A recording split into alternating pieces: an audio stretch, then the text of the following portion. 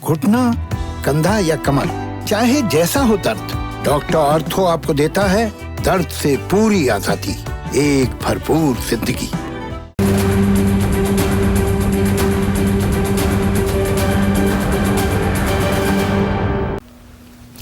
नमस्कार, मैं हूं संदीप चौधरी।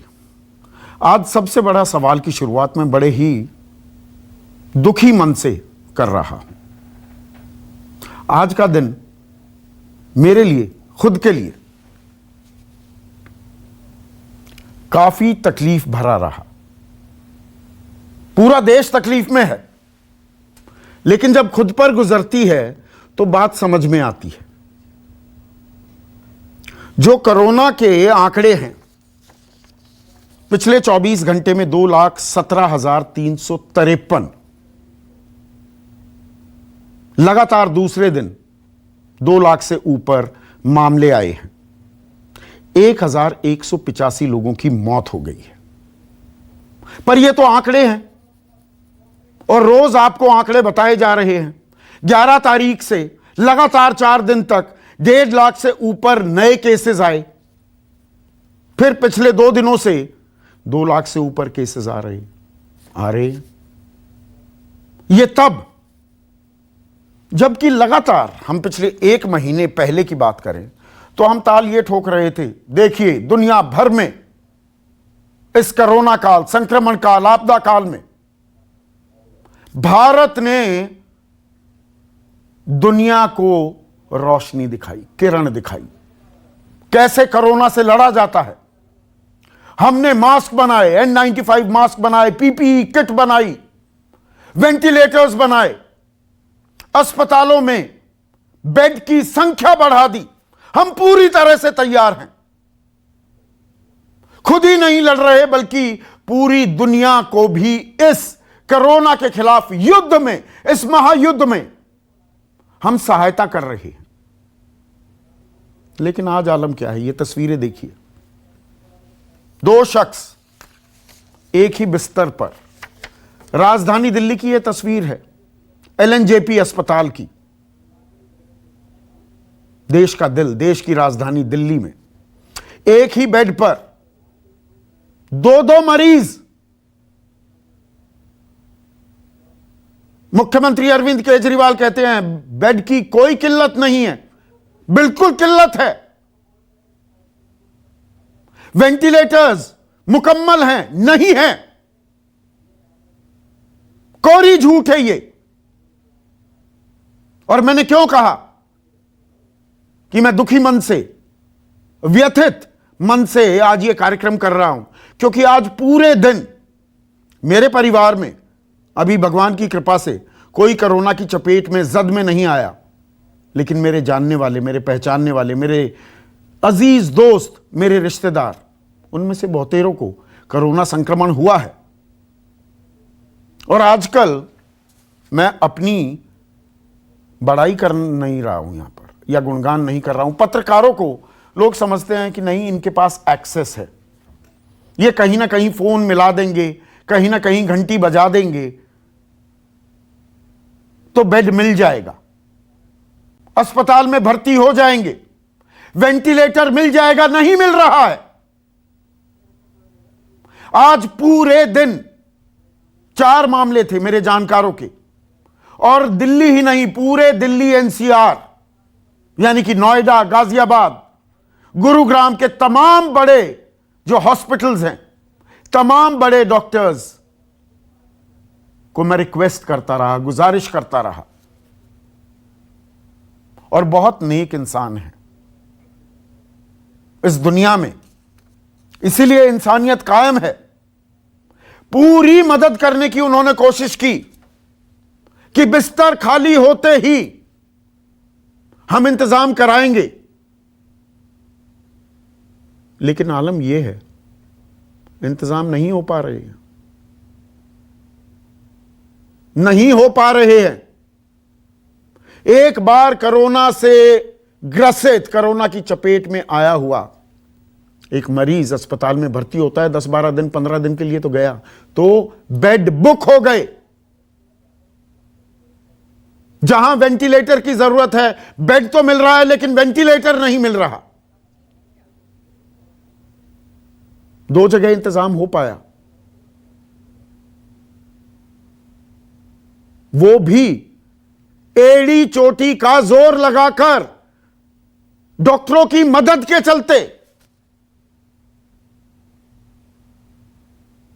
और हम कह रहे हैं हम पूरी तरह से तैयार हैं। पॉजिटिविटी रेट आज की तारीख में 12 से 18 मार्च, आज से 1.5 महीने पहले 3.11% था।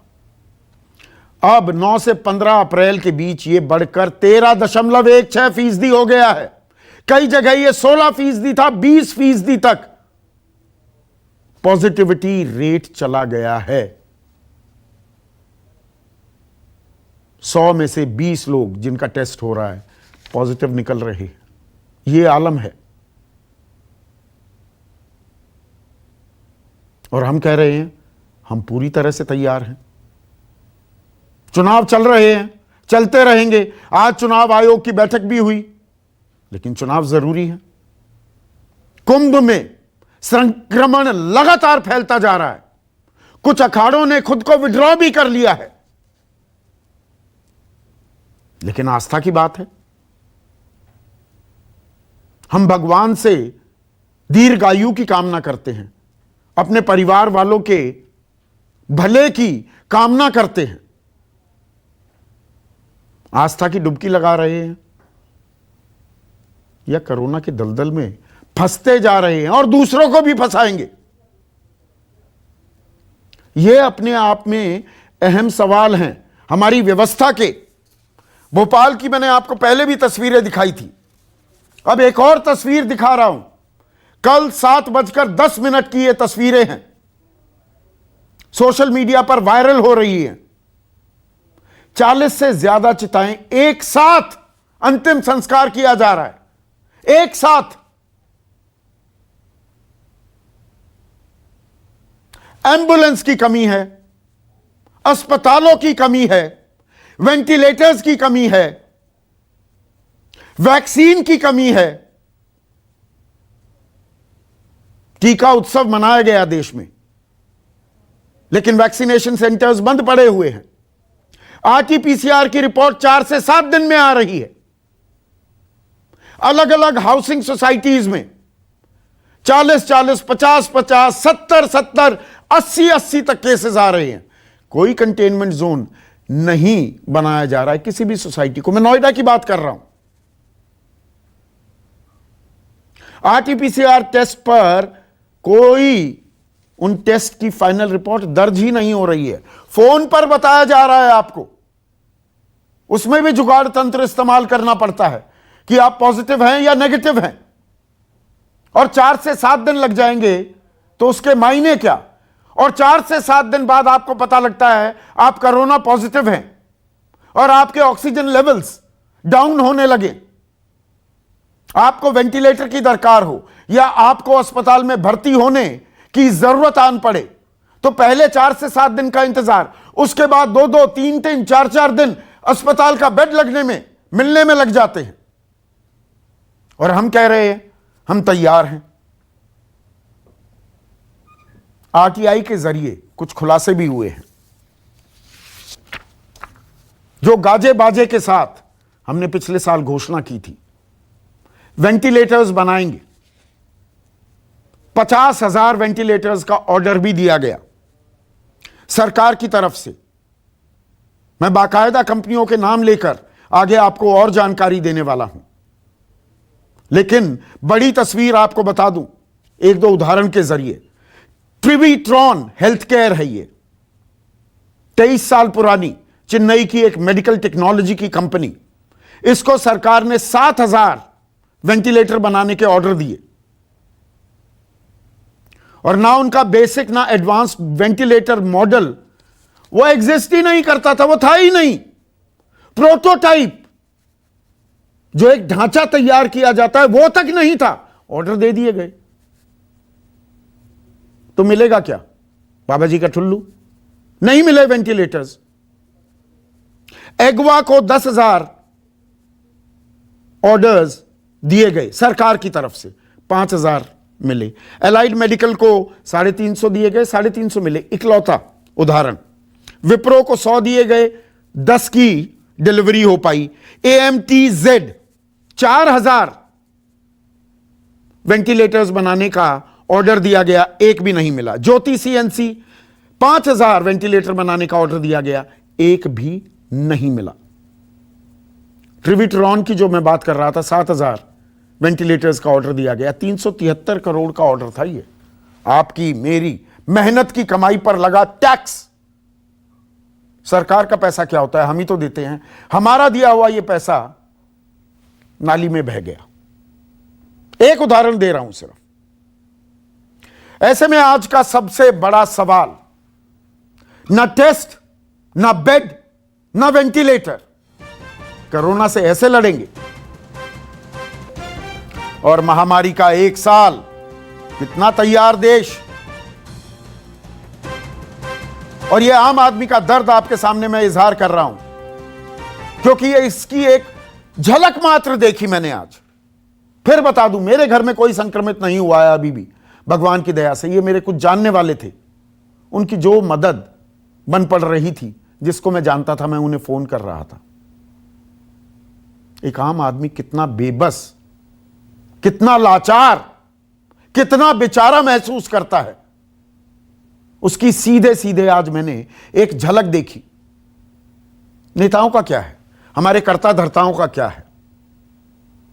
केंद्र की सरकार हो, राज्यों की सरकार हो, मंत्रियों को हो जाए तुरंत अस्पताल में भर्ती हो जाते हैं, बेड मिल जाता है। बेड क्या, सीधे ICU में भर्ती हो जाते हैं, वेंटिलेटर की व्यवस्था हो जाती है। आम आदमी धक्के खाता फिरता है, वो आम आदमी जिसके पैसों से ही ये पूरी व्यवस्था बनती है या बनाने के दावे किए जाते हैं। कोविड के अस्पताल भी बन रहे थे। छतरपुर में एक अस्पताल के निर्माण की नींव रखी गई थी, नींव ही रखी गई है। दिल्ली के छतरपुर इलाके की ही बात कर रहा हूं। चर्चा में आज मेरे साथ बीजेपी की ओर से आलोक वत्स, कांग्रेस की राष्ट्रीय प्रवक्ता सुप्रिया श्रीनेत, JDU अहम घटक है NDA सरकार का, साझा सरकार चला रहे हैं बिहार में, उनके वरिष्ठ नेता, उनके प्रवक्ता डॉक्टर सुनील सिंह, और डॉक्टर हैं। तो जो मैं कह रहा हूं, क्या मैं गलत कह रहा हूं, ये मैं इनसे जानना चाहूंगा। महेश तपासे NCP के प्रवक्ता मेरे साथ जुड़ गए हैं। इसके अलावा एक्सपर्ट हैं डॉक्टर संजय राय, प्रोफेसर हैं centre for community medicine AIIMS में, और सामाजिक कार्यकर्ता और RTI एक्टिविस्ट अंजलि भारद्वाज भी मेरे साथ जुड़ गई हैं। और अंजलि ने भी कुछ RTI फाइल की थी, कैसे इंतजामात हमने किए हैं पिछले साल, जिनकी हमने ताल ठोकी थी। अंजलि, मैंने सिर्फ एक बानगी दिखाई है, अभी मैं डिटेलिंग में नहीं गया। 50,000 वेंटिलेटर बनने वाले थे, फिर घटाकर, फिर वो 60 बढ़े, फिर घटाकर 40,000 किए गए। कितने वेंटिलेटर बने पिछले साल में, 1 साल में इस देश में?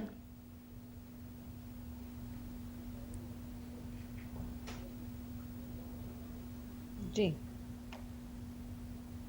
ऐसा है कि आपकी रिपोर्ट और आपने जो सब बातें कही वो हम सब देख भी रहे हैं और समझ भी आ रहा है कि क्या हो रहा है हमारे देश में। और जब महामारी का समय चल रहा है, कोई आज की घटित घटना तो है नहीं, 1 साल से ज्यादा हो गया इससे जूझते हुए लोगों को। इसमें 3 चीजें बिल्कुल जरूरी हो जाती थी। एक, कि इसे रोका कैसे जाए। इसका संक्रमण हमें पता है रोका केवल तब जा सकता है जब बहुत लोग इकट्ठा ना हो, प्रिकॉशंस लिए जाएं। पर जैसा आपने बताया उसके ऊपर तो कोई रोक नहीं होती दिख रही। इलेक्शंस हम देख रहे हैं किस तरह से फेजेस में चल रहे हैं और किस तरह से संक्रमण बढ़ता चला जा रहा है। पॉलिटिकल रैलीज हो रही हैं, बड़े बड़े रिलीजियस कांग्रेगेशंस हो रहे हैं। अब ऐसे में संक्रमण जब हम वेव कह रहे हैं, सर्ज कह रहे हैं, हो रहा है, तो 2 चीजों की तैयारी होनी बहुत जरूरी थी। एक तो कि जो हमारा इंफ्रास्ट्रक्चर है, हेल्थ का इंफ्रास्ट्रक्चर, उससे कितना मजबूत किया गया पिछले 1 साल में, क्योंकि मालूम है कि ये कहीं जाने वाला तो है नहीं कोरोना। और उसके बारे में जो सूचना है, जो जानकारी है, लोगों के पास आती ही नहीं है। अब एक चीज तो यह है कि वो हो ही नहीं रहा उस पर काम। जो बजटरी आउटलेज हैं जो होने चाहिए हैं टेस्टिंग के लिए, एडिक्वेट वैक्सीनेशन के लिए, अगर बीमार पड़ जाएं लोग, हॉस्पिटल बेड्स की क्रिएशन के लिए, वेंटिलेटर्स के लिए, और दूसरा जो फंड सेटअप किए जा रहे हैं, जैसे कि पीएम केयर्स फंड, एक नया तंत्र सेटअप किया गया, उसमें कोई पारदर्शिता ही नहीं है। मालूम ही नहीं पड़ता है कि कहां पर वो पैसा जा रहा है। तो आरटीआई एप्लीकेशंस लगाई गई, हम लोग ने लगाई हैं आरटीआई एप्लीकेशंस। क्या मिला उसमें जो सामने आई बातें वो ये थी कि 3,000 करोड़ के करीब दिए गए वेंटिलेटर लगाने के लिए, बनाने के लिए, परचेज के लिए, और उसमें से कई ऐसी कंपनियां भी पाई गई जो कि ठीक नहीं थी, और फिर फाइनली 2,000 करोड़ के करीब के वेंटिलेटर्स आने थे। अब वो वेंटिलेटर्स कहां हैं, किस स्टेट में है, इसके बारे में जानकारी लोगों तक पहुंची ही नहीं है। और हम ये देख रहे हैं कि अब ऐसा ऐसा लॉकडाउन जैसी सिचुएशन, लॉकडाउन शब्द नहीं इस्तेमाल किया जा रहा, रिस्ट्रिक्शंस, कर्फ्यू ऐसे शब्द इस्तेमाल किए जा रहे हैं, पर ये वापस आ रही हैं। दिल्ली में अब कल से कर्फ्यू होगा, फिर से 2 दिन का भी कह रहे हैं, हो सकता है और भी बढ़ जाए। तो वो जो सारी समस्याएं हमने देखी थी, जो माइग्रेंट वर्कर्स, अनऑर्गेनाइज्ड सेक्टर के लोग जो चल चल के हजारों मील वापस जा रहे थे, उनके लिए क्या किया गया है, ये भी एक बहुत बड़ा सवाल है। क्या हम फिर से एक second wave of humanitarian crisis का इंतजार कर रहे हैं? आपकी आरटीआई में अंजलि, क्या ये बात साफ उभर कर सामने आई? आपने कहा कि वेंटिलेटर्स कहां गए, कैसे गए। पंजाब में वेंटिलेटर्स खुले नहीं, महाराष्ट्र में वेंटिलेटर्स गए, वो चले नहीं। बाद में कहा गया, कंपनी कहती है कि देखिए अस्पतालों के पास वो एक्सपर्ट्स ही नहीं है जो इन मशीनों को चला सकें। और दर्शकों आसान भाषा में समझा दूं, एक वेंटिलेटर ये नहीं, जैसे फोन आप इस्तेमाल करते हैं ना, एक एंड्रॉयड फोन है, एक या आईफोन है। एंड्रॉयड से आप आईफोन पर जाते हैं तो वो चीजें बदल जाती हैं, या हाई गैजेट्स वाली एक बड़ी लंबी चौड़ी आप लग्जरी गाड़ी खरीद लो, उसके अंदर तरीके और होते हैं उसे चलाने के। ऑटोमेटिक गियर सिस्टम अलग तरीके से चलेगा, मैनुअल गियर अलग तरीके से चलेंगे। तो यहां पर कंपनियां ये कह रही हैं अंजलि कि नहीं, वहां पर ना तो टेक्नीशियन है, ना लोग हैं, इक्विप्ड नहीं है वो इन मशीनों को चलाने के लिए। दूसरी ओर खबर यह आ रही है कि ये वेंटिलेटर फेल कर गए, ये सब स्टैंडर्ड थे, ये ओवर प्राइस्ड भी थे। जो चीज 1,60,000 की थी उसको 8.5 लाख रुपए का ठेका भी दिया गया। क्या ये फाइंडिंग्स गलत है, कोरी कल्पना है? देखिए, ये फाइंडिंग्स जो हैं सारी सूचना के अधिकार कानून के तहत निकाली गई फाइंडिंग्स हैं। तो ये तो पुख्ता तत्व हैं जो कि सरकार खुद ही दे रही है लोगों को, आरटीआई के जरिए से सूचना दे रही है सरकार। पर जरूरी ये है कि जो भी पैसा वो किसी भी तंत्र के थ्रू, अगर हम कह रहे हैं कि इस इमरजेंसी में, इस डिजास्टर में इस्तेमाल होना है, जब तक पारदर्शिता से नहीं होगा, जवाबदेही नहीं होगी, तब तक लोगों का पैसा बिल्कुल बेकार जगह पर जाएगा। और जो आपने बातें कही कि गलत कंपनियों को ठेके दिए जाएं, गलत चीजों के लिए ठेके दिए जाएं, ये सब तभी होता है, भ्रष्टाचार, घपला, इस तरीके की चीजें तभी हो सकती हैं जब पारदर्शिता ना हो, एक पूरी तरह से पर्दे के पीछे काम किया जाए। तो हमारी शुरू से ये मांग रही है कि सरकार का मॉरल ऑब्लिगेशन है ऐसे समय पर कि वो लोगों के लिए, जो लोगों का पैसा है उसे लगाकर सही जगह पर काम कराए और पारदर्शिता से कराए, क्योंकि लोगों का पैसा है, कहां जा रहा है, अब किस चीज के लिए जा रहा है, वो उन्हें मालूम होने का अधिकार है हमारे देश में। हम लोग HLL एक कंपनी है, पब्लिक सेक्टर एंटरप्राइज है, ये ऑर्डर देते हैं 13,500 वेंटिलेटर बनाने का AMTZ को, और 10,000 वेंटिलेटर बनाने का ऑर्डर दिया जाता है ट्रिवीट्रॉन को। ट्रिवीट्रॉन का मैंने बता दिया प्रोटोटाइप तक नहीं था। यही हाल AMTZ का था, कुछ को आंध्रा सरकार ने दिए। मतलब यहां पर मजाक हो रहा है तैयारी के नाम पर। डॉक्टर संजय राय, जब मैं ये कहता हूं वेंटिलेटर्स की तो कमी है ही, बेड की भी कमी है, एलएनजेपी की हमने तस्वीर देख ली, ताल ये ठोकी जाती है नहीं बेड्स की कोई कमी नहीं है। आज की तारीख में आपके पास भी, संजय भाई ईमानदारी से बताइएगा, सुबह से फोन बजने बंद हुए होंगे क्या कि अरे डॉक्टर साहब एक बिस्तर का इंतजाम करा दो प्लीज, एक वेंटिलेटर का इंतजाम करा दो, मेरा बहुत करीबी है। मैं ईमानदारी से दर्द से आपसे यह सवाल पूछ रहा हूं, नहीं हो रहा क्या? नहीं संदीप जी, आप बिल्कुल सही कह रहे हैं। अभी से नहीं, पिछले एक हफ्ते से लगातार मैं अभी एक हफ्ते पूरे महाराष्ट्र में था सेंट्रल टीम के साथ, बट वहां भी जो है दिन भर फोन मेरे यही आते थे कि मुझे एक बेड नहीं मिल रहा है, आपके यहाँ नहीं मिल रहा है, कहीं भी मुझे एक बेड दिलवा दीजिए। और वह जो है रोज ही बढ़ता जा रहा है, इसमें कोई शक नहीं है कि धीरे धीरे जो है बेड की जो है थोड़ी सी क्राइसिस शुरू हो गई है इवन इन दिल्ली में। ये कहना कि तुरंत बेड मिल जाता है, अभी नहीं लग रहा है कि ऐसा हो रहा है। नहीं मिल रहा सर, आप थोड़े से सर्कमस्पेक्ट होकर बोल रहे हैं, थोड़ा अभी भी आप शालीनता बरत रहे हैं। मैं शालीनता नहीं बरत रहा हूं, नहीं मिल रहे बेड। जी हाँ, और जिस तरीके से केसेस बढ़ रहे हैं, आप देखिए 10 से 15 दिन के अंदर डबल से ज्यादा हो जा रहे हैं। अभी भी पूरी कंट्री में ऑलमोस्ट सारे स्टेट में जो है अपवर्ड ट्रेंड दिख रहा है। नॉर्थ ईस्ट को छोड़ दिया जाए, नॉर्थ ईस्ट में भी आसाम को देखें तो वहां भी अपवर्ड ट्रेंड दिख रहा है। जिस तरीके से दिख रहा है अभी हालात और बुरे होने वाले हैं, इससे ज्यादा पर डे केसेस आएंगे अगर हम लोग नहीं संभले तो। देखिए जहां तक वेंटिलेटर सब की बात है, कुछ हद तक उसमें सच्चाई भी है संदीप जी। वेंटिलेटर और गैजेट में बहुत अंतर होता है, सभी लोग नहीं चला पाते। हाँ, ये है ना दिक्कत। कंपनियां ये प्ली ले रही हैं कि जी हम बनाकर भी दे रहे हैं, उनको चलाना नहीं आता। और कंपनियों पर भी गंभीर आरोप लगे हैं जिनको पब्लिक मनी देकर वेंटिलेटर बनाने का ठेका दिया गया था। ना उनके पास प्रोटोटाइप थे, ना उनके पास पहले तजुर्बा था।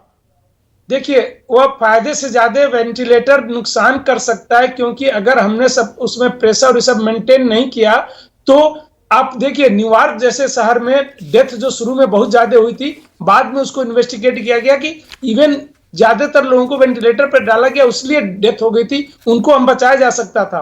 तो जहां पे लोग वेंटिलेटर इतना आसान नहीं है चलाना, वो तो मैं छोड़ देता हूं। नहीं आसान नहीं है चलाना, ये सरकार को, हमारे नीति निर्धारकों को समझ नहीं आता। एक साल में वो तैयारी नहीं की गई कि जी अस्पताल बनाएंगे, बेड की कैपेसिटी बढ़ाएंगे। मतलब ये क्या भाषणबाजी हो रही थी सिर्फ? देखिए अगर पहली बार जो फर्स्ट वेव था जिसमें हम 1 लाख तक पहुंचे थे, बट रेलवे को भी काफी तैयार किया गया था। दिल्ली में एक 10,000 बिस्तर का बनाया गया था हॉस्पिटल, जिसका कंप्लीट यूटिलाइजेशन नहीं हुआ, रेलवे का यूटिलाइजेशन नहीं हुआ। तो शायद कि इतनी तेजी से सेकेंड वेव आएगा, इसका आकलन करने में चूक हुआ होगा, मैं मानता हूं। क्योंकि देखिए हम लोग भी ये कर रहे थे कि इतना बड़ा वेव आने की संभावना नहीं थी। ये लग रहा है कि ये स्ट्रेन जो है responsible, no doubt COVID appropriate behaviour follow न करना एक है। नहीं, हम मुतमईन हो गए थे ना, हम तो ताल ठोकने लगे, हम तो दुनिया को बचा रहे हैं और हमारे देश में दिए तले अंधेरा हो गया है। यहां पर देखिए चले थे दुनिया को बचाने। ये जितनी भी भीड़ भाड़ वाली एक्टिविटी होती है उसमें ये बढ़ता है, और हमारे यहाँ जिस तरीके से इसमें बढ़ेगा, लेकिन सिर्फ वही इसका रिस्पांसिबल नहीं है इस तरीके से। अगर ये होता तो एक साथ देखिए तो यहाँ पे हमारे बगल के देश में बांग्लादेश में भी बढ़ रहा है, उसके पहले जो है, और उसी तेजी से बांग्लादेश में भी फर्स्ट पीक से डबल हो चुका है नंबर, पाकिस्तान में बढ़ रहा है, इसी समय बढ़ रहा है। तो अचानक क्या सभी लोगों ने एप्रोप्रिएट बिहेवियर नहीं करना, क्या हर जगह क्राउड होने लगी?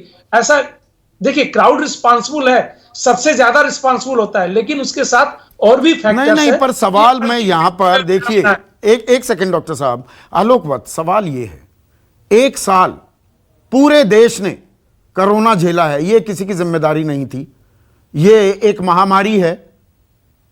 अब इसके लिए किसी को जिम्मेदार ठहरा जाए, मैं ऐसी बेवकूफी भरी बातें नहीं करता हूं। ये आ गई, हमें मालूम नहीं था, हमें क्या पूरी दुनिया को मालूम नहीं था, पर 1 साल में हमें कुछ सीखना चाहिए था। क्या हमने कुछ सबक लिया है या अभी भी सबक ही ले रहे हैं?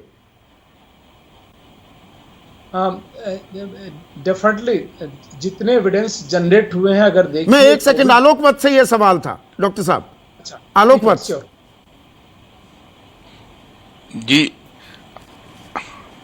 आपका कहना सही है कि जब शुरू में ये महामारी फैली थी तो जिस तरीके से हमने इसको कंट्रोल किया था और ये घटने लगा था, तो एक लोगों के अंदर में आया कि अब कोरोना खत्म हो रहा है, खत्म हो गया है, और जितनी सावधानी बरतनी थी वो नहीं बरती गई। हम लोग दवाई बनाने में लगे रहे और हमने दवाई बनाने में सफलता प्राप्त की। ठीक है, हम दूसरे देशों को दे रहे थे, जब हमारे यहाँ जरूरत पड़ी तो हमने दवाई की भी कमी हो गई, वैक्सीन की भी कमी, टीका उत्सव तो मना लिया, टीकाकरण केंद्र बंद पड़े हुए थे। देखिए संदीप जी, जिस कदर, अगर आपने किसी भोज में 1000 मेहमान के लिए खाना तैयार किया है और वहां एकाएक 5000 लोग चले आए तो क्या हाल होगा। ये महामारी इस कदर इतनी स्पीड पकड़ लेगी, इसके लिए यहाँ के लोग भी जिम्मेवार हैं। लोग की सरकार को दोषी सारे लोग ही जिम्मेदार हैं, सरकारों को आकलन नहीं करना चाहिए। बार-बार कहा सरकार किस लिए होती है? सोशल डिस्टेंसिंग रखिए। नहीं, एक मिनट जरा मुझे बोल लेने दें। हाँ। जब बार बार कहा गया कि मास्क लगाएं, सोशल डिस्टेंसिंग रखें, दूरी रखें, जरूरत पड़ने पर ही काम पर जाएं, किसी ने इस नॉर्म्स को नहीं माना। आधे लोगों ने मास्क पहनने बंद कर दिया, नेताओं ने भी नहीं माना ना। तो चुनावी रैलियों में गए, बिना मास्क लगाए, हजारों की भीड़ इकट्ठा की बाजार में, वहां। अब बताइए, ये साधु संत नहीं, ये साधु संत जो लोगों को ज्ञान बांटते हैं, क्या ये इतने अज्ञानी थे कि ये 30 लाख 25 लाख की भीड़ लेके हरिद्वार में पहुंच के और वाक बन गए हैं इस चीज का? तो आपके मुख्यमंत्री कहते हैं ना, तीरथ सिंह रावत कहते हैं वहां पर तो खुला वातावरण है, गंगा मैया की कृपा है। अगर सूबे के मुख्यमंत्री ये कहेंगे, लोगों के सामने संदेश क्या जाएगा? चुनाव आयोग एक ऑटोनोमस बॉडी है। चुनाव आयोग एक ऑटोनोमस बॉडी है। क्या उसने नहीं देखा कि इस महामारी में इस तरीके का चुनाव करा के इस तरीके की रैलियां होंगी, इसका क्या दुष्परिणाम होगा? क्यों है ये ऑटोनोमस बॉडी चुनाव आयोग? मैं इनसे सवाल पूछना चाहता हूं। सरकारों को तो आप कहेंगे कि अच्छा, चुनाव के लिए चुनाव आयोग जिम्मेदार, और कुंभ के लिए कौन जिम्मेदार? नहीं लड़ूंगा। ये कुंभ में जो 13 लाख से ज्यादा लोगों ने परसों डुबकी लगाई शाही स्नान में, ये जितने अखाड़े हैं, ये जितने अखाड़ों के महंत हैं, ये जिम्मेवार हैं इस तरीके के कांग्रेगेशन करने के लिए। ये लोगों को ज्ञान बांटते हैं, ईश्वर के प्रति आस्था जगाते हैं, मार्ग दिखाते हैं ईश्वर के तरफ जाने का। ये खुद क्या कर रहे हैं? और मुख्यमंत्री क्या कर रहे हैं? ये कहते हैं गंगा मैया की कृपा है, यहाँ तो नहीं होगा कोरोना। जब ये वहां से लौट के अपने अपने प्रदेशों में जाएगा तो ये और इजाफा होगा। सुप्रिया श्रीनेत, एक सेकंड, सुप्रिया श्रीनेत, आलोक वत्स कह रहे हैं बढ़ते संक्रमण और जो ये त्राहिमाम हो रहा है, ना बेड हैं, ना वेंटिलेटर हैं, ना वैक्सीनेशन है, ये जो दिक्कतें हैं, आम आदमी है इसके लिए जिम्मेदार। चुनाव में रैलियां हो रही हैं, लोग आ रहे हैं, हुजूम आ रहा है, चुनाव आयोग है जिम्मेदार। कुंभ में मेला हो रहा है, उसके लिए साधु संत हैं जिम्मेदार। सरकार कहीं पर, सरकार फॉरवर्ड प्लानिंग, आप तो पत्रकार रही हैं, हमारे तो यहाँ पर न्यूज़ रूम में रोज फॉरवर्ड प्लानिंग की मीटिंग होती है ना, सरकार फॉरवर्ड प्लानिंग नाम का कोई काम नहीं करती है क्या? संदीप जी, मैं आपको सच बताऊं, मुझे पहले लगा कि वत्स जी व्यंग कर है, मतलब मुझे वो वाकई में वो कह के चले गए जो उन्होंने कहा। उन्होंने एक बात कही कि साधु संत जिम्मेदार है हरिद्वार के लिए। तो जो वहाँ का पुलिस और प्रशासन डुबकी लगा रहा है साथ में और ये कह रहा है कि हम कोविड कंप्लायंस मेजर्स का फॉलो नहीं करा सकते हैं। तीरथ सिंह रावत जो कह रहे हैं गंगा मैया यहाँ सब भूल जाएगा, यहाँ पे सारे वायरस बह जाएंगे, ये क्या गैर जिम्मेदाराना बातें हैं। तो ये सरकारें क्या ढपली बजाने के लिए चुनी गई है कि ताली बजाओ, थाली बजाओ, दिया बजाओ, इसके लिए सरकार चुनी गई है या लॉ एंड ऑर्डर का पालन करने के लिए चुनी गई है? जब संक्रमण 2 लाख दिन के आ रहे हैं तो सरकार ने अभी भी पाबंदी नहीं लगाई है पब्लिक गैदरिंग पर। वो तो बहुत सारे अखाड़े जो वापस चले जा रहे हैं। तो हिंदू धर्म को बदनाम मत करिए यहाँ पर बैठकर बस जी। सबसे पहले तो आप हाथ जोड़ के माफी मांगिए। यह आपकी सरकार की और प्रशासन की नाकामी है जो ये हुआ है होने दिया गया है। हिंदू धर्म के ढोंगी जो ठेकेदार बनते हैं उनकी जिम्मेदारी है। पहली बात, हिंदू धर्म को और साधु संतों को गाली मत दीजिए, गाली आपको पढ़नी चाहिए। दूसरी बात, 1000 लोगों का इंतजाम किया था, 5000 लोग आ गए। किसी भी साइंस से पूछेगा, किसी भी डॉक्टर से पूछेगा, वो बताएगा कि 60 से 70% लोगों को जब वैक्सीन लगती है तब कारगर होती है। तो क्या आप पहले से ही ये मान के बैठे थे कि लोग आएंगे नहीं लगाने, इसलिए किल्लत हो गई? आप पहले से ही मान के बैठे थे, इसीलिए आपने सिर्फ एक सीरम इंस्टीट्यूट को एंगेज किया और उससे भी सिर्फ 10 करोड़ का ऑर्डर दिया। अरे 30 करोड़ लोगों को इस देश में diabetes, blood pressure, angina, kidney जैसी प्रॉब्लम्स है, उनके लिए आपकी क्या प्लानिंग थी? आपने सिर्फ 10 करोड़ वैक्सीन क्यों बोले? आपने अब जाकर कुछ फॉरेन फॉर्म्स को और बोला है, इनके महीने लग जाएंगे आने में। तो क्या प्लानिंग आपकी थी? 1000 की तैयारी थी, 5000 आ गए। मतलब क्या बेफालतू की बात कर रही है? देश में लोगों की जान जा रही है। और मैं देखिए सुप्रिया, मैंने कुंभ पर और चुनाव पर बहुत चर्चा की है।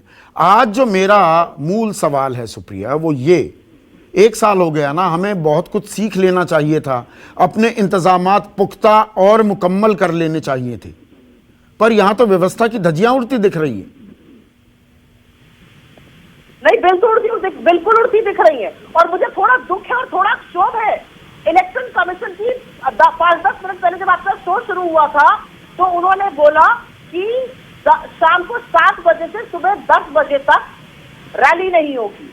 ये क्या बातें कर रहे हैं? और बाकी दिन रैली होगी।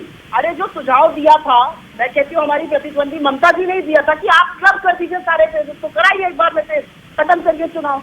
उत्तर प्रदेश में मैं हूँ, महाराजगंज में, यहाँ पर लोकल बॉडी इलेक्शन हो रहा है, कोई कोरोना का कंप्लायंस नहीं है, जिसका मन जहाँ आ रहा है जा रहा है, भयावह स्थिति क्रिएट हो रही है। और वैसे भी पूरब में है, कहने को वो पश्चिम बंगाल है, देश का पूर्वी हिस्सा है, 7 बजे तो अंधेरा हो जाता है वहां पर, तो रैली वैसे भी कम ही होती है 7 बजे।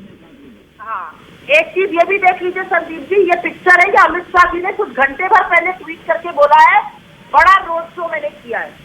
ये लोग सिखाएंगे कोरोना से कंप्लायंस कैसे? न मास्क है, करोड़ लाखों की भीड़ में चले जा रहे हैं, सिखा रहे हैं लोगों को, पैसा लगा के भीड़ इकट्ठा कर रहे हैं। ये क्या हो रहा है इस देश में? मैं तो समझ ही नहीं पा रही हूँ।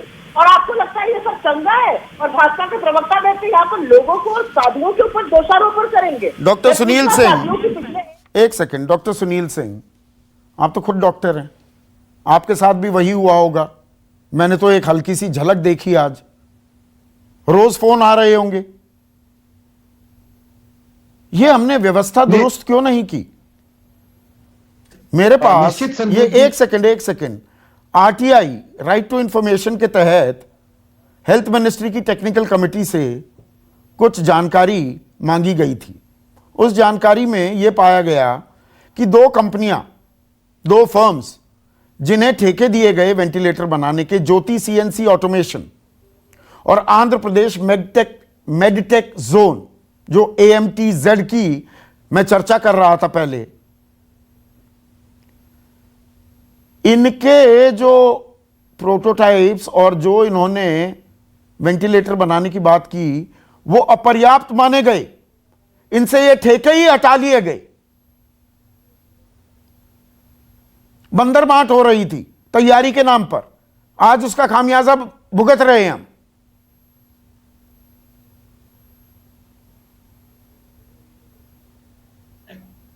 मैं बोलूं निश्चित जी, बोलिए ना।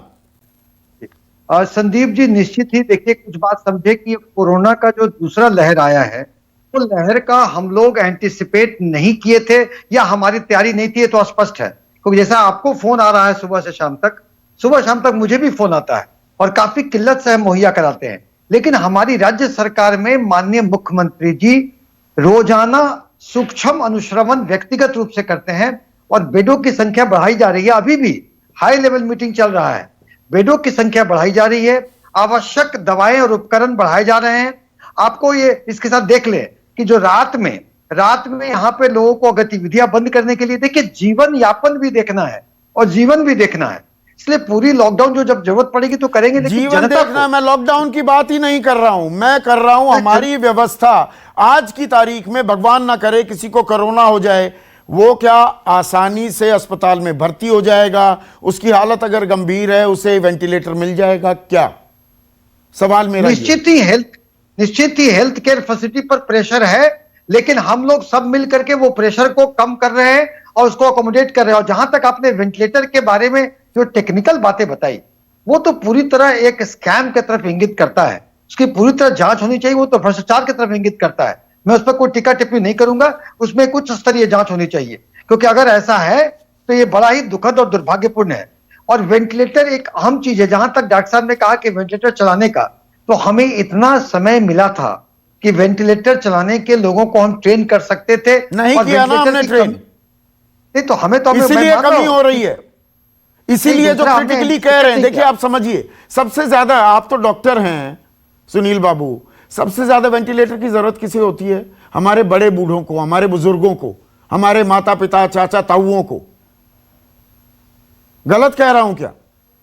नहीं, इस अभी जो स्ट्रेन है उसमें तो यंगस्टर्स भी नहीं, इफेक्टेड हो उसमें रहे तो हैं। यंगस्टर्स भी, पर को- ज्यादा जरूरत बुजुर्गों को पड़ती है ना। नहीं, सारे को जरूरत है। और गवर्नमेंट ऑफ इंडिया के माननीय मंत्री स्वास्थ्य केंद्र सरकार के, उन्होंने कहा है कि वेंटिलेटर की कमी नहीं है। मैं उनके कथन को भरोसा करता हूं, और वेंटिलेटर की कमी अगर नहीं है तो सारे राज्यों में आशा करता हूं मुहैया कराई जाएगी। भरोसा कीजिए कहीं अरविंद अगर केजरीवाल के कथन की भी कि बेड की कमी नहीं है। एलएनजेपी में हम दिखा रहे हैं एक ही बिस्तर पर दो मरीज हैं। बेड की मंत्री किल्लत ताल को- ठोकते रहेंगे, आम आदमी दर दर भटकता रहेगा। सरकारें संवेदनशील है, और हम आशा करते हैं कि ये जो चीजों में ये दलगत राजनीति का इसमें प्रश्न नहीं है। हमारे यहाँ कल सर्वदलीय बैठक होकर के सारी नेता का पक्ष प्रतिपक्ष मिलकर चर्चा करेंगे, और चर्चा करके इसको हम लोग एक करेंगे, ताकि देखिए राजनीति करने से बात बिगड़ती है, भय भय भय भय व्याप्त तो होता है जनता राजनीति में, तो कर रहे भगदड़ हो आप मचती है। लोग। पूरी नहीं, जमात मैं तो आपकी कह रहा हूं। राजनीति नहीं कर रही तो क्या कर रही है? पूरी- चुनाव अगर जरूरी एक है, उपचुनाव हो रहे हैं, पंचायती चुनाव हो रहे हैं, एक दूसरों पर आरोप लगा रहे हो, सर्वदलीय बैठक करवाते नहीं। एक दो कई मुख्यमंत्रियों के साथ एक बैठक हो गई, कहने को दिखाने को एक राज्यपालों के साथ हो गई, बस बात खत्म। नहीं, हम तो बिहार में कल कर रहे हैं सर्वदलीय बैठक। और देखिए, प्रिपेयर्डनेस की अगर कमी है तो पूरी राज्य सरकारें और केंद्र सरकार मिलकर के, समय है, युद्ध स्तर पर अगर हम काम करें तो प्रिपेयर्डनेस कर रहे हैं, बेड बढ़ाए जा रहे हैं, ऑक्सीजन की कमी को दूर किया जा रहा है, रेमडेसिविर इंजेक्शन का जो किल्लत हो रहा है उसके लिए कर रहे हैं। कालाबाजारी हो देखिए, रही ये है आया इसकी। कालाबाजारी रोकने का राज्य सरकार ने पूरी तरह से इसको कंट्रोल करने का तरीका किया है। हॉस्पिटल को डायरेक्ट दिए जा रहे हैं। अगर कोई मरीज है तो मरीज का प्रिस्क्रिप्शन, आधार कार्ड, मरीज का कोविड पॉजिटिविटी रिपोर्ट लेब पर कर ही सप्लाई किया जा रहा है, ताकि कम से महेश कम कालाबाजारी हो तपासे, सके। सरकारें संवेदनशील हैं, सरकारें जागरूक है। संवेदनशील आप इतने हैं कि आपके मंत्रियों को खुदा न खास्ता कोरोना हो जाएगा तो उनके लिए बेड मिल जाएगा, वेंटिलेटर का इंतजाम हो जाएगा, वैक्सीन भी टाइम पर मिल जाएगी, रेमडेसिविर भी मिल जाएगी। यह संवेदनशीलता तो मैं जरूर देख रहा हूं। आम आदमी का क्या? मैं आपकी बातों से पूरी तरह से सहमत हूं। आज के समय में ना सिर्फ मुंबई या महाराष्ट्र या दिल्ली या हिंदुस्तान का कोई भी बड़ा शहर, पूरा कोरोना लगभग पूरा भारत लगभग कोरोना की चपेट में आ चुका है। बड़े दुख के साथ कहना पड़ता है कि सारी प्लानिंग जिस प्रकार से की गई थी, कई राज्यों ने या प्रदेश ने या देश की सरकार ने पूरी तरह से चौपट हो चुकी है, फेल हो चुकी है। और वास्तविकता में जिस प्रकार की प्लानिंग होनी चाहिए थी उस प्रकार की प्लानिंग हुई नहीं है। कोरोना की जो दूसरी लहर है इस प्रकार से इतनी तेजी के साथ बढ़ी कि शायद किसी ने अनुमान नहीं लगाया होगा कि ये लहर जो है, सेकेंड वेव ऑफ कोरोना जो है, जिसका जो डबल म्यूटेंट वायरस का जो स्ट्रेन मिला है, मतलब आप 10 मिनट अगर किसी कोरोना पॉजिटिव से मिल लिए तो 11वें 12वें ये अंदाजा क्यों नहीं लगा पाए हम? मैं इस तरह से ये सवाल ना पूछा जाए, अंदाजा क्यों नहीं लगाया हमने? बिल्कुल, मैं अपनी बात नहीं कर रहा हूं, मैं अपने पूरे देश की बात कर रहा हूं। उसमें हर सरकार है, केंद्र की सरकार है, प्रदेशों की भी सरकार है। अगर आप मेरे अपने स्टेट के बारे में पूछेंगे तो मैं अपने स्टेट के बारे में आपकी बहुत सारी चीजें बता सकता हूं, लेकिन इतनी सारी चीजें करने के बाद भी अगर आज 60,000 65,000 रोज अगर कोरोना केसेस आ रहे हैं तो ये कोई मैं उपलब्धि नहीं मानता। महाराष्ट्र में हमने जो आईसीएमआर का गाइडलाइन है 70% आरटीपीसीआर, 30% एंटीजन टेस्ट पूरी 100% पारदर्शिता के माध्यम से किया। पहले के जो शुरुआत के जो महीने थे उसमें हमेशा महाराष्ट्र को नीचा दिखाने का काम कुछ राजनीतिक दलों के नेताओं ने किया कि यहाँ कोरोना बढ़ रहा है, ये कर रहा है, वो सारी आपको चीजें। राजनीति से फुर्सत ही नहीं मिलती ना, एक दूसरे पर आरोप प्रत्यारोप से ही काम संभल जाता है। आज बहुत से लोग उसी बात पर ताली बजाने लगते हैं। जिस प्रकार से आज ये 5 राज्यों में चुनाव हो रहे जा रहे हैं, या चुनाव के संदर्भ में अभी सुप्रिया जी ने बताया कि जो इलेक्शन कमीशन का गाइडलाइन है 7 PM to 10 AM, जिस समय कोई रैली नहीं थी उसके ऊपर आपने प्रचार के बंदी लगी। आप क्यों नहीं पूरे अगले फेज ऑफ इलेक्शन तक पूरा प्रचार बंद कर देते? लोगों को पता ही है कौन से पार्टी को देना है, नहीं, चुनाव से डरता है ना कोरोना। मैं इस दफा से चुनाव से डरता है कोरोना। क्यों रैलियां चाहिए आपको? क्या कर रहा था इलेक्शन कमीशन, क्या कर रहे थे हमारे स्टेट के रिप्रेजेंटेटिव सम्मानीय राष्ट्रपति नहीं, पर मैं फिर से अपने मूल सवाल पर जाऊंगा। ये बातें मैंने बहुत की हैं, इन पर बहुत चर्चा की है। मेरा सवाल ये है, पिछले साल से हमने सीखा क्या है? अब पिछले साल की ही, और क्योंकि आप मुंबई से हैं महेश तपा से, मुंबई मिरर की ही एक रिपोर्ट को कोट कर रहा हूं, ये 29 जून 2020 की है।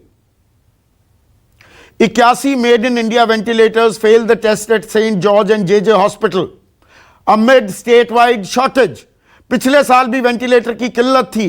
81 मेड इन इंडिया वेंटिलेटर्स, वो जो मापदंड होते हैं एक अच्छे वेंटिलेटर के, उसे पास नहीं कर पाए। और ये बना कौन रहा था? एग्वा, दिल्ली बेस्ड एक कंपनी, एग्वा हेल्थ केयर। और इन्होंने अपने सॉफ्टवेयर की खामियां छिपाने के लिए डेटा को फर्ज किया, और PM केयर से इन्हें पैसे मिले वेंटिलेटर बनाने के लिए। तो रेड फ्लैग 29 जून को रेज हो चुका था। हमने क्या कार्रवाई की? सवाल यह भी है ना। देश का सबसे बड़ा फ्रॉड तो संदीप जी आज के डेट में PM केयर्स फंड ही है।